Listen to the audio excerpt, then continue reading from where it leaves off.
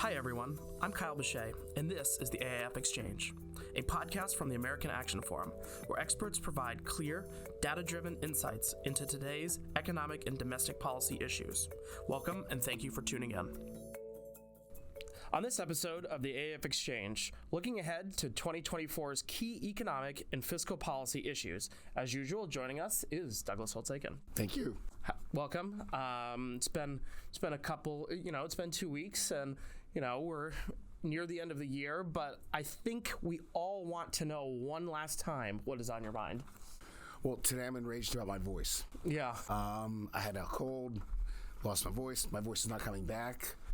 For a while, I just yelled at it. That didn't seem to be working. And so today, Sarah gave me this substance called tea, which evidently you catch on a little fishing line. And then, so I've been trying this tea thing, but it's not working.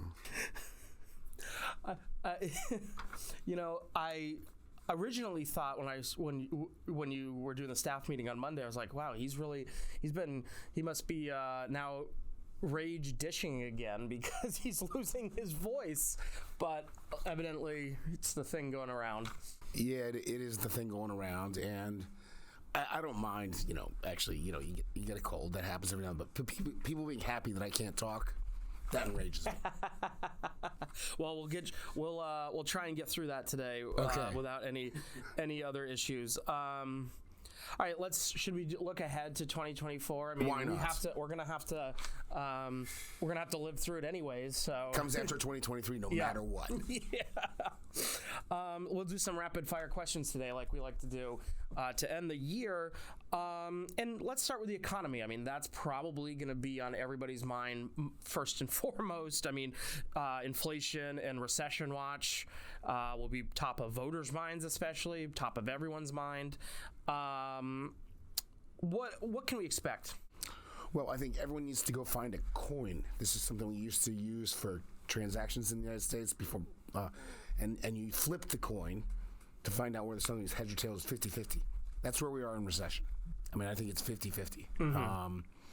The Fed created an enormous amount of euphoria in the past week with a sort of dovish press conference, but they've been trying to dial that back. And I think the reason is you got to look past always the Wall Street economy, the stock market, all those financial things, and look at the Main Street economy. And the Main Street economy has two really enduring features. Number one, a business community that is not shelling out money very well. Right? There's not a lot of business fixed investment, not a lot of software purchases, equipment purchases. The housing sector remains quite depressed, so that's kind of demand is missing. Households have been everything. They're the only game in town. How long can that last? The saving rate's gone up by 2 percentage points in the past 6 months, so they're digging into their typical savings to get this done. Credit card delinquencies are on the rise. Real disposable income is not growing very fast, about 1%.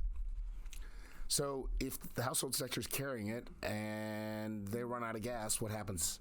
Yeah. I think that's the risk. And that doesn't require the Fed to do any more. That's just current trajectory. Mm-hmm. Yeah, I know you'd like to we do the weekly economic tracker and all those things, and you really look at the business spending.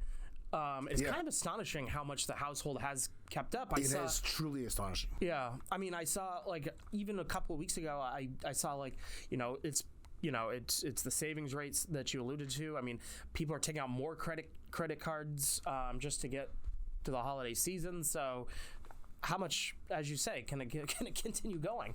Yeah, and since I and others have been wrong about how long this has lasted so far, we could be wrong again. I mean, betting against the American consumer spending is a bad bet almost always, but that's the issue, and it could go one way or the other.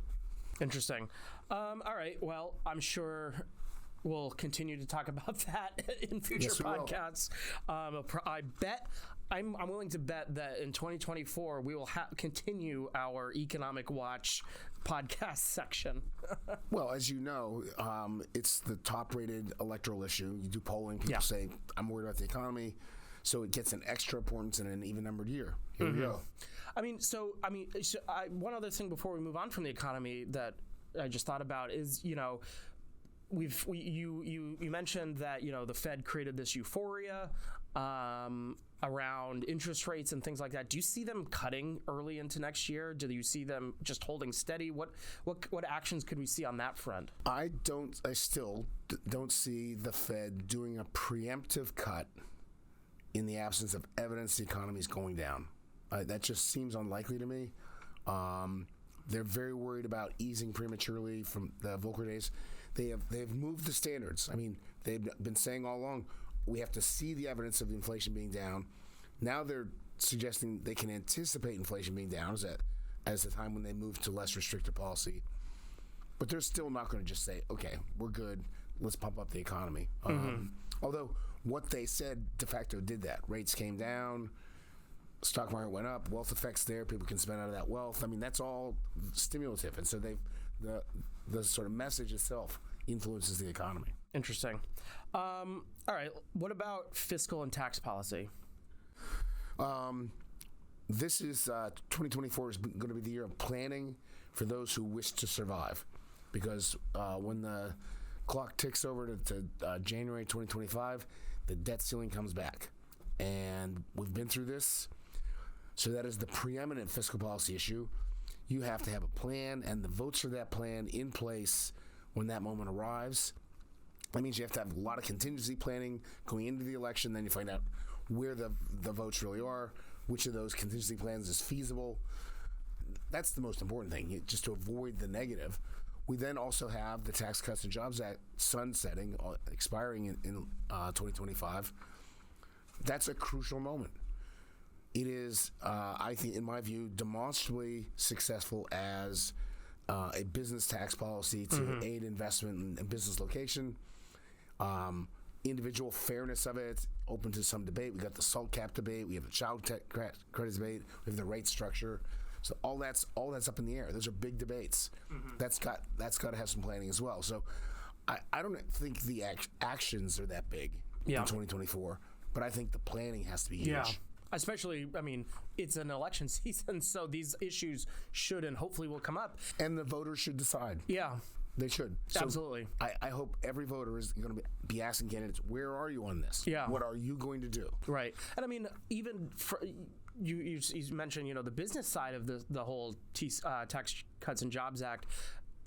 We just talked about with the economy, business spending is going to be a crucial part of the soft landing so it goes back to the economy as well. And you have to imagine that that's a question voters should be asking about. And, we've had this conversation before. This is what I testified at the Senate Finance Committee about. I think we have two big problems in the country. One is bad growth. Right? We're a percentage point lower in per capita GDP growth in the 21st century. We've all given up $19,000 of real GDP. That's a lot over those first 2 decades. So better growth, and we have big fiscal problems. Well, the Tax Cuts and Jobs Act and improvements in it, it's not perfect. So by no means should the question be up or down. It should be, here's a starting point. What do we want to do? That's good for growth, but you do have to deal with the fiscal situation. It makes that harder. So let's be honest about that. There's trade-offs. You got to have a plan for the fiscal side. Interesting. One other issue area that I'm sure we're going to hear a lot about. I mean, the Biden administration has already been marked by an extraordinary ramp up in regulations. Yeah. I don't think we're done with this year on the regulatory front, but what could we expect for the coming year? Until my voice went south, the thing I was most afraid of and angry about was the surprise regs you get out of every agency this time of year. Congress wraps up, they go home, or they don't go home, but they're wrapped up and they're just hanging around town, and you think, oh, we're done. And then, boom, out come the merger guidelines in final form. Who knows what's next? Yeah. Between now and leaving, the agencies are going to finalize a bunch of stuff. That's a perennial.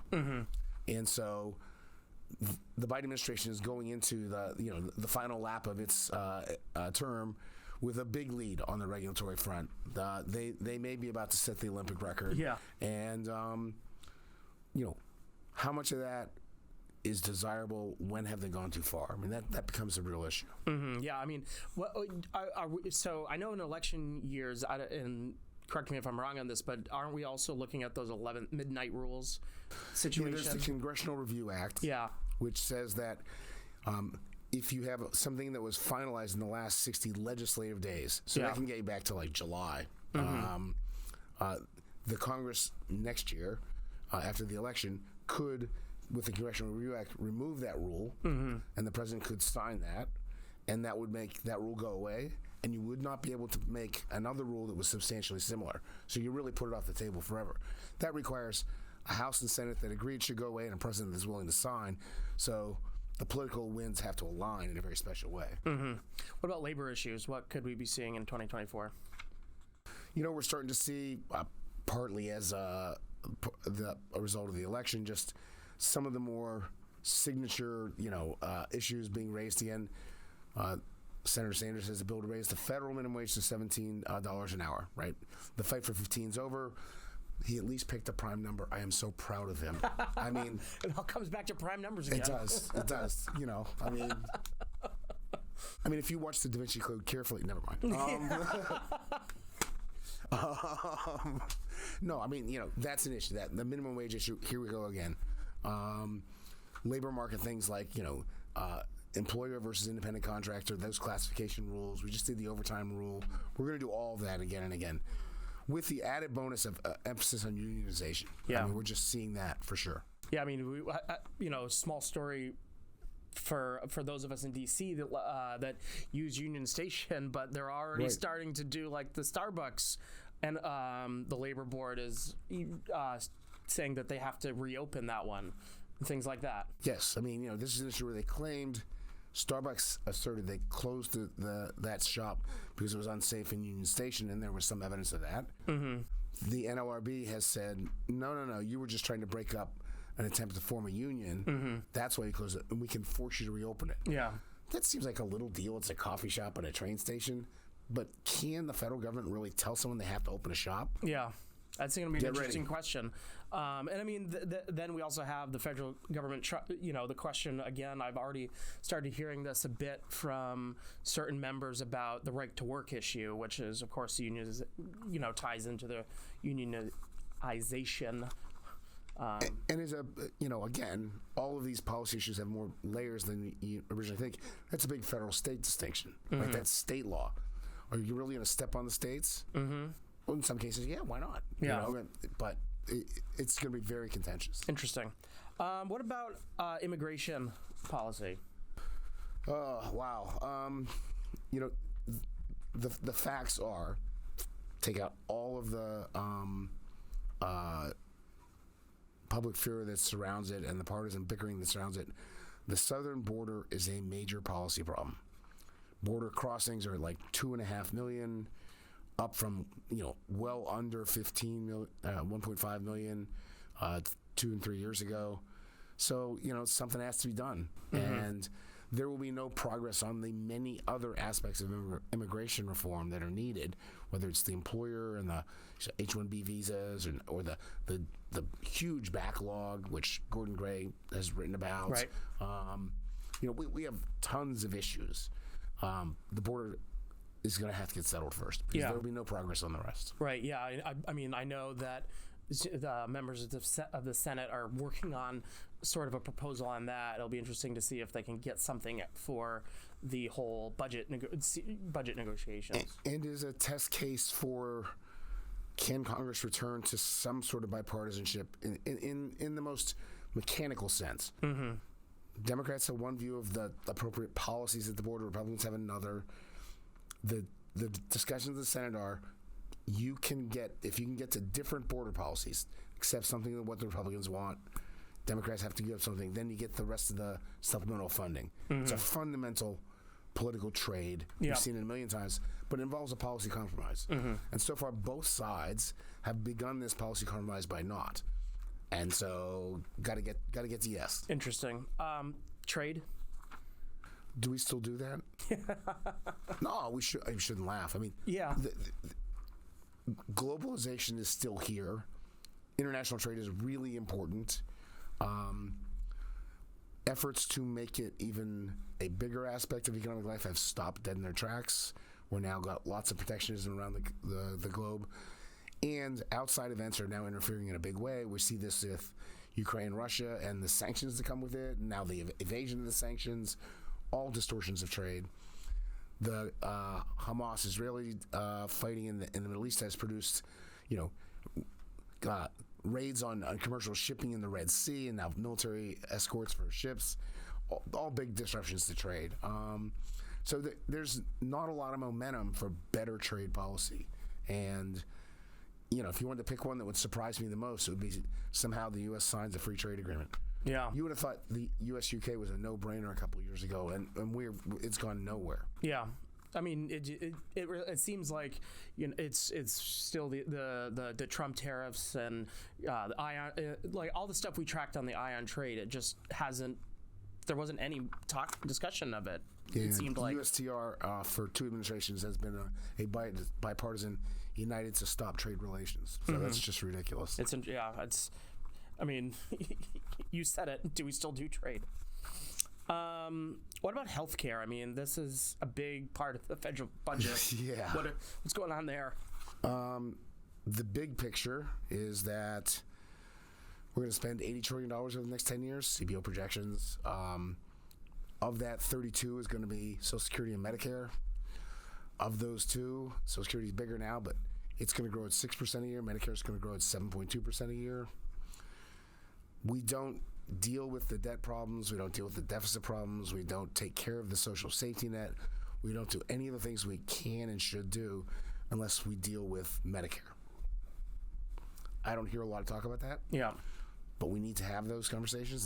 There's a trust fund in the hospitalization portion that's going to go bankrupt, just as Social Security has a trust fund that's going to go bankrupt. So that's got to be on the radar screen at some point. Candidates are either denying it, Biden and Trump, tiptoeing up to it. Haley and DeSantis once, but not recently. Yeah.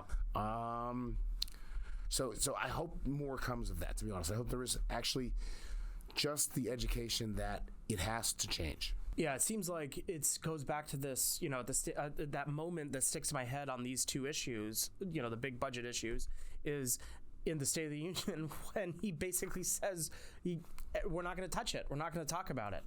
And he shamed Republicans into standing up and clapping. Exactly. And they bit.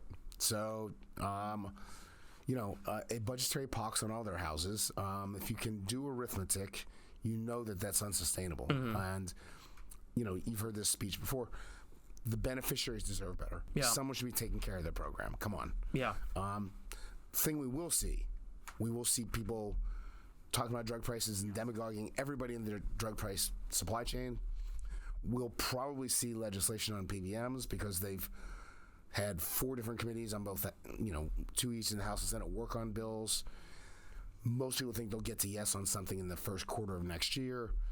There'll be a lot of dispute about how much good it'll do, but there's a political imperative to, quote, do something. That usually means something gets done. Yeah, I mean, the anecdotal test for me is how many times do I see this in a political advertising commercial? And I've seen a lot of PBM political advertising commercials. Yes. So I think that, it seems to me that they're going to act on that. Antitrust. Wow.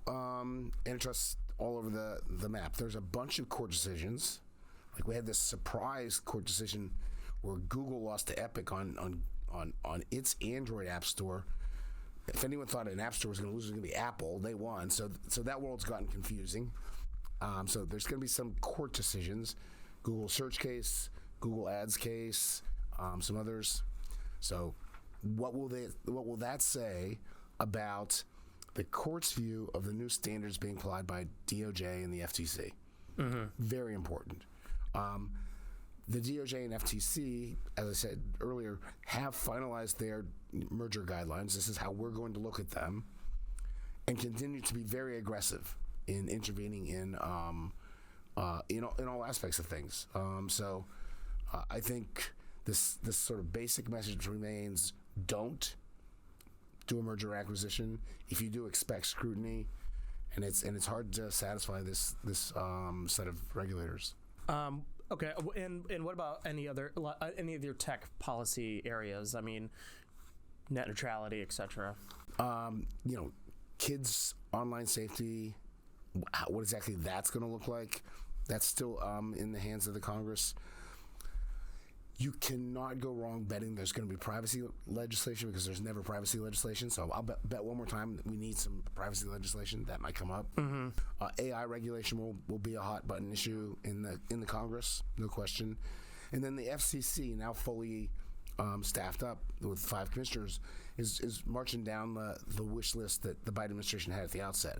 They're doing this, quote, digital non-discrimination act, where outcomes of all endeavors in the broadband area have to be equal. So if you provide broadband access, you better provide equal access to every dimension of the population.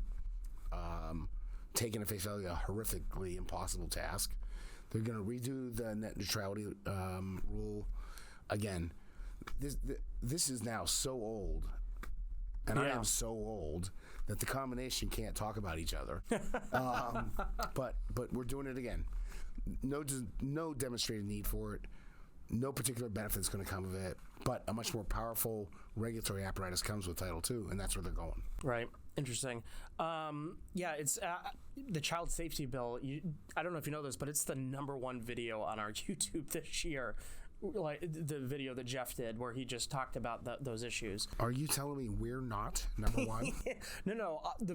On our short videos, this is of course #1. We do podcast. The best long form drama. Exactly. Thank you. We do the best long form drama. Appreciate that, because I rehearse my lines. Yeah, and I think I just looking at the amount of legislation in Josh's AI tracker as well. It's unbelievable. Good chance to plug that with that product again. Bookmark it if you haven't done it. But it's just, there's an extraordinary amount, and he has to update it essentially every 2 weeks. Again, it looks like there might be something on that front. So the way these issues develop, it can happen that you get a ton of bills because everyone wants to lay a marker down, but you don't get a ton of consensus, right? And so you don't really get any action for a while. I think that's probably the case on AI next year.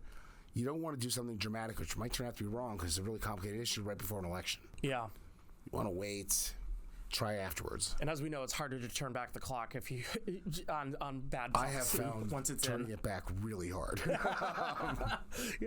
I've won't go there today, but banking, financial service, housing, anything in that area.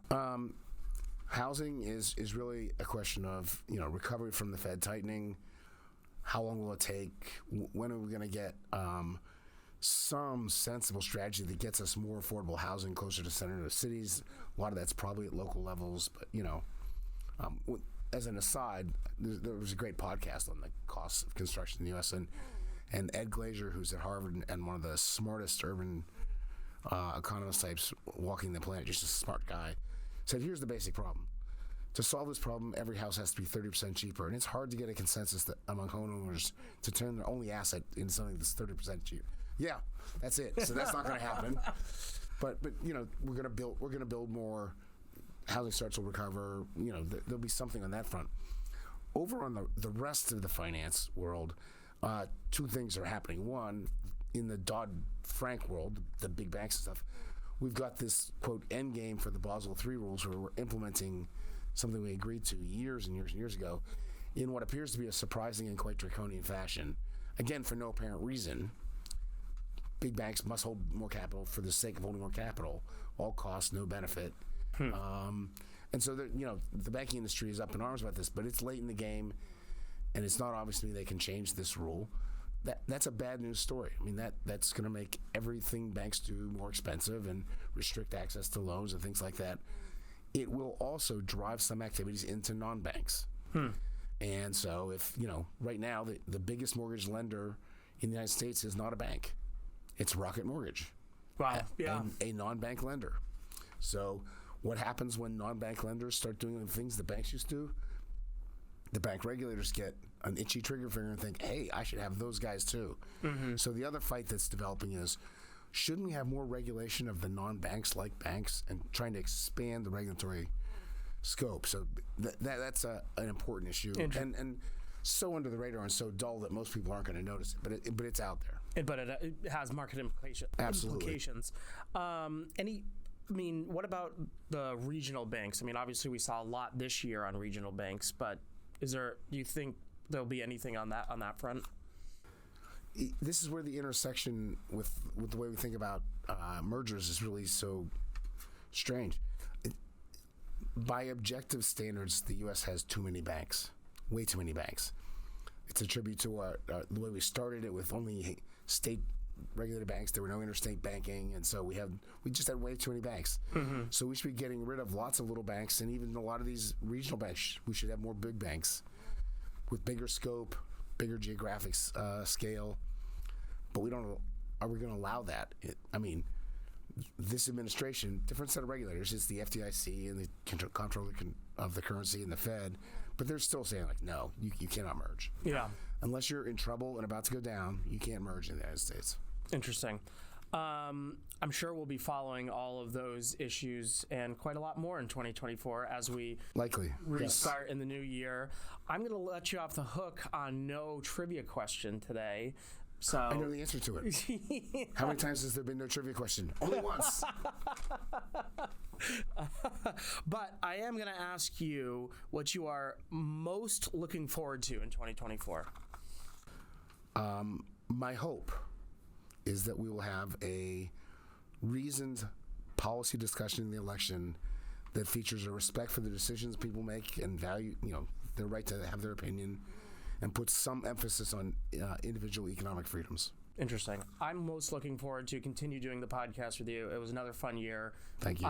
I learn a lot doing this podcast from different policy as a non-policy expert. So, and I hope our listeners/viewers do as well. Well, I've enjoyed 46% of them, and no, this has been great. That was the trivia question for today. I really appreciate it. I appreciate you doing this. Both for AAF and for your willingness to have me on to do it. Oh, excellent. Thank you again, Doug. And have a great new year, and see you in the 2024. I hope you enjoyed this conversation. Tune back in for our next episode, where our experts will provide clear, data-driven insights into today's economic and domestic issues. I'd also encourage you to check out any of the links in our show notes and also follow us on social media to learn more about AAF. Don't forget to subscribe on iTunes, Spotify, or Google Play.